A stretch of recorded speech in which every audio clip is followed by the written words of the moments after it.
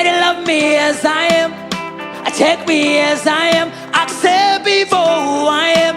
And those I need, tell me, say. Love me as I am, take me as I am, accept me for who I am. Doshandirika.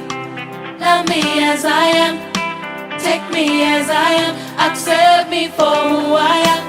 Doshandirika. Hello everyone, welcome to Triple H, Healing, Help and Health. Today we're going to talk about depression, and here in the studio I'm joined by Sharon Munya Makuyana, my friend, my sister, and she's going to help us talk about depression today. Hi Munya. Hi. Can you please introduce yourself to our viewers? Sure thing. Hi everybody. So my name is Munya, or Sharon Dorimara, and I'm a mom of two, a wife, events planner, florist by talent and trade, marketer by profession, yadi yadi ya. Your research me shame. But yeah, I'm so excited to be here. And thank you for having me.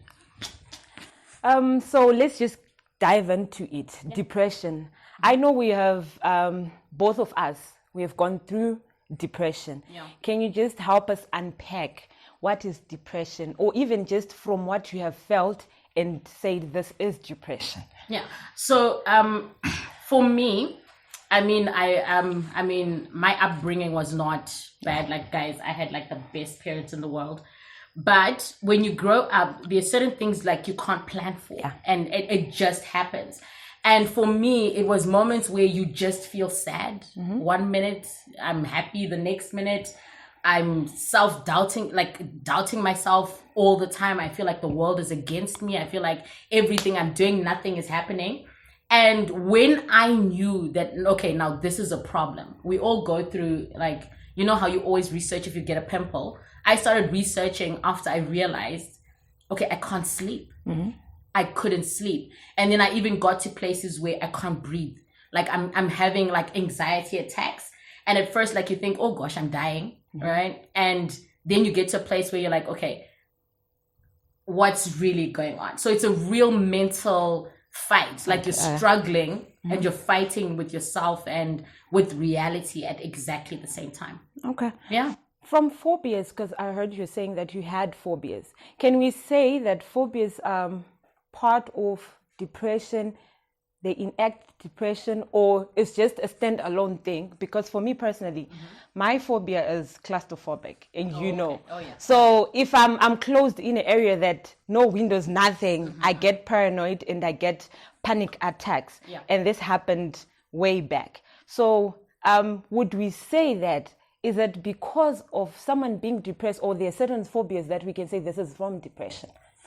I honestly believe that a phobia can heighten depression. Okay. So, for example, depression, for me, mm-hmm. I'm not an expert, by the way, but I just go based on what I feel. Mm-hmm. And for me, depression is it's a mental thing. Okay. So, a phobia is also a mental thing, because it's something you can actually get through. So if mm-hmm. you're scared of spiders, you'll actually have situations and scenarios where when someone starts feeling like they get creepy crawlies all over their body, uh-huh. it's their phobia has been heightened mm-hmm. through mm-hmm. and because of mm-hmm. depression. Mm-hmm. For me, death is a fear for me. Mm-hmm. That's the truth.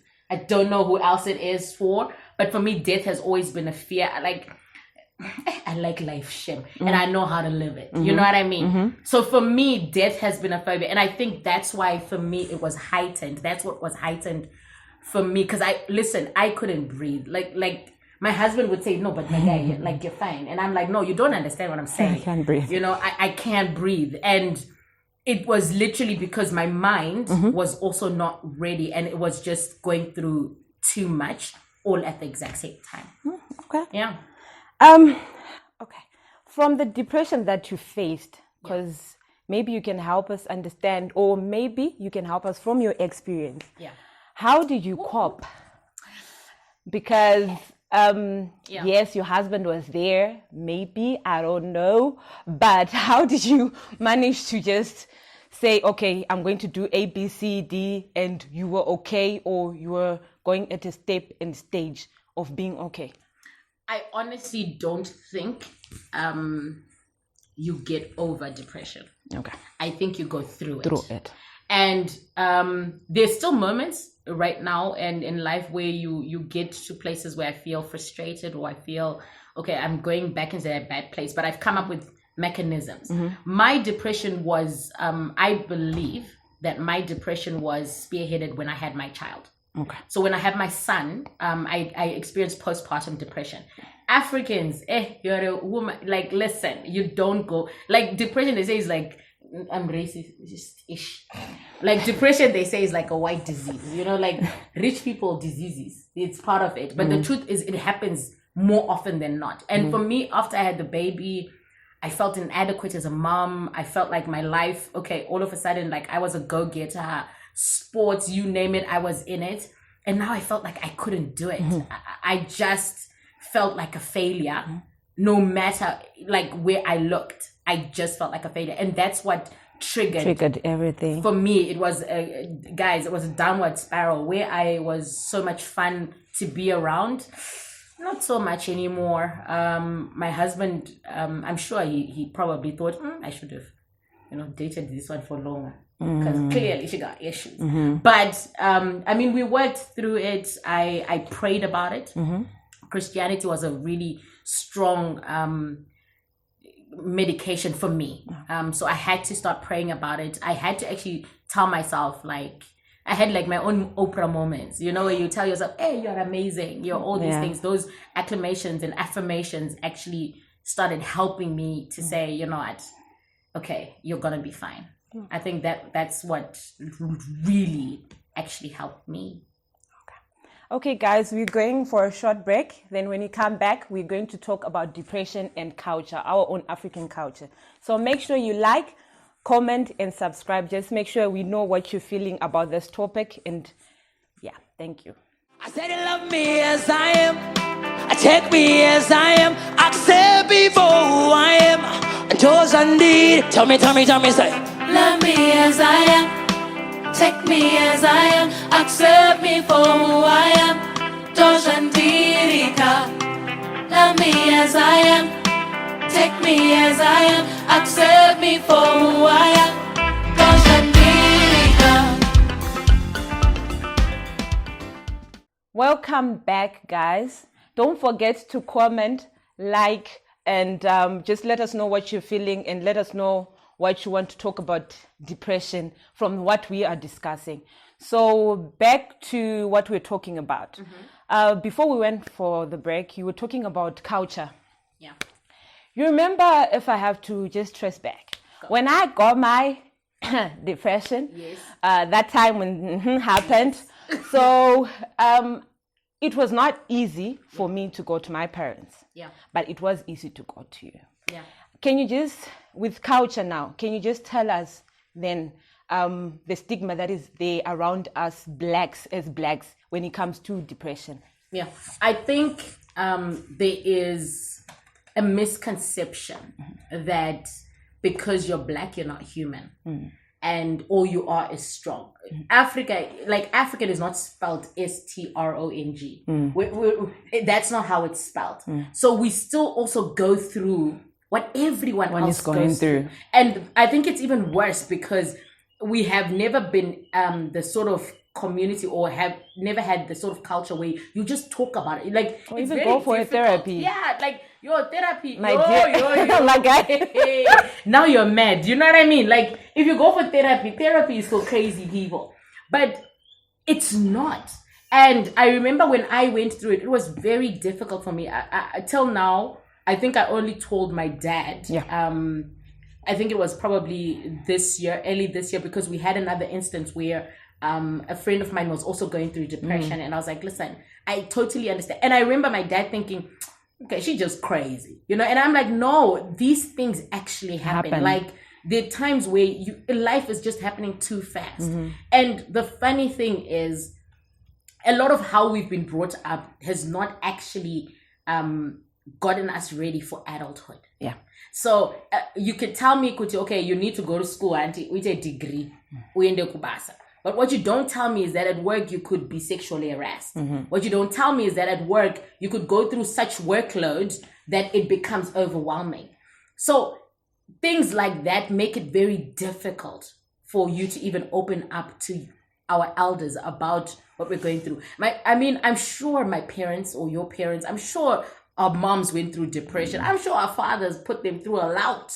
Do you know what I mean? Yeah. But you can't have that conversation. Shinga, you know. Shinga. You know what I mean? Yeah. But the truth of the matter is, life doesn't work out like that. Life isn't like that. Like, you can't just be strong 24/7, 7 days of the week. Things happen. Guys, life is happening. And I've got feelings towards what is happening with life. Some of them I can control, some not so much. So the stigma has to stop. It's okay for an African woman. It's okay. African, white, Caucasian, Chinese. It's okay to feel what you're feeling. The important thing is it's also okay to get yourself into a place and in a community where you can actually get to talk about it. Because talk through your problems. You know what I mean? Don't shut out, because then that just gets worse. Think of the number of what do you call it when someone kills themselves? Hello. Suicide. The number of suicides that are happening. It's simply, a lot of the times, it's because you've no one to talk to. You've got these thoughts and you can't talk about them. Talk about them. Dude, I could call you easily and say, yo, dude, I'm now feeling crazy. Yeah. You know what I mean? Like, I'm feeling crazy. And you could talk me down. That's creating that environment where it's safe to have a conversation like this. And I think that's also the importance of this show. And well done for even getting this together, because it gives people a platform to actually talk about them. Zero judge. Let me see you judging in the comment section. I know where you live. But what I'm saying is, it's important to actually have a platform like this. You know what I mean? To have the conversation. Yeah. So good on you. Okay. I wanted to share, maybe it's something that we have shared together in private, but it's something that I just wanted to talk about. Okay, with getting into a relationship, you're married, but you were in a relationship before. Forgive us, Clem. But anyway, on that issue, you get into a relationship, right? And because we have said there are many things that triggers you as a person in order for you to have depression and stuff.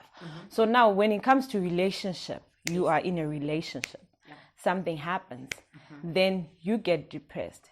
What can you tell a person that, is there any chance for that person to get back up again, or do they have to let it in and cry? Because some of the people, they close themselves. They don't want to talk to anyone or anything. Get out. I even told you this. Get out. Like, let me tell you the truth. Listen, the whole point is, let's be frank. Yeah. Okay. When I went through my depression, by get out, I mean, get yourself outside of that situation. And that situation that makes you feel that way. Postpartum depression, it's my kid. I feel like I'm not a good mom. How about you surround yourself with good moms so you actually see how what's going on and what it is to be a good mom. In a relationship, women, and I'm sure guys go through depression. No, we put men through a lot too. Like, I mean, we're there in the streets as well. But you can't get through, let's say a boyfriend's cheating, or he's beating you, or he's not treating you right. Guys, you can't say, I'm getting out of depression, but you're staying with that same person. Yeah. You know what I mean? They're feeding your depression. They literally, and you're taking it. So you have to get yourself outside of that situation. Talk to someone. It's not easy. When I say get out, guys, it's not opening a door, bye-bye. But at least have a conversation. Safe space. Have the conversation. But I think part of our culture should be strong. If you're strong enough to, feel this, be strong enough to live. Be strong enough to live. Yeah. So, ladies and gentlemen, from what we have talked about, just make sure that, as I've said before, comment, and let us know what you feel from all the topics that we've talked about. And from this point on, Munyaradzi, I'm used to call you Munya, okay. so please forgive me. Can you just please tell us, because from when we started, you told us that what you do and your businesses. So can you just tell us more? Where can people find you? Let's say I want to have a wedding next year. Yes, girl. So Follow me, Tumanako Events. It actually means hope. So that's my events company, and I also am a marketing consultant, as I said. So if your business is struggling, with looking for clients, give me a call, and you can contact me on my Facebook page, Munya Sharon Mupinda, which is my maiden name. It's tough to change, okay? Or Instagram as well. Yeah. All right. Thank you very much for joining us today. Thank you guys for joining us today. Remember to like, subscribe, and comment. Hope to see you next time. Bye.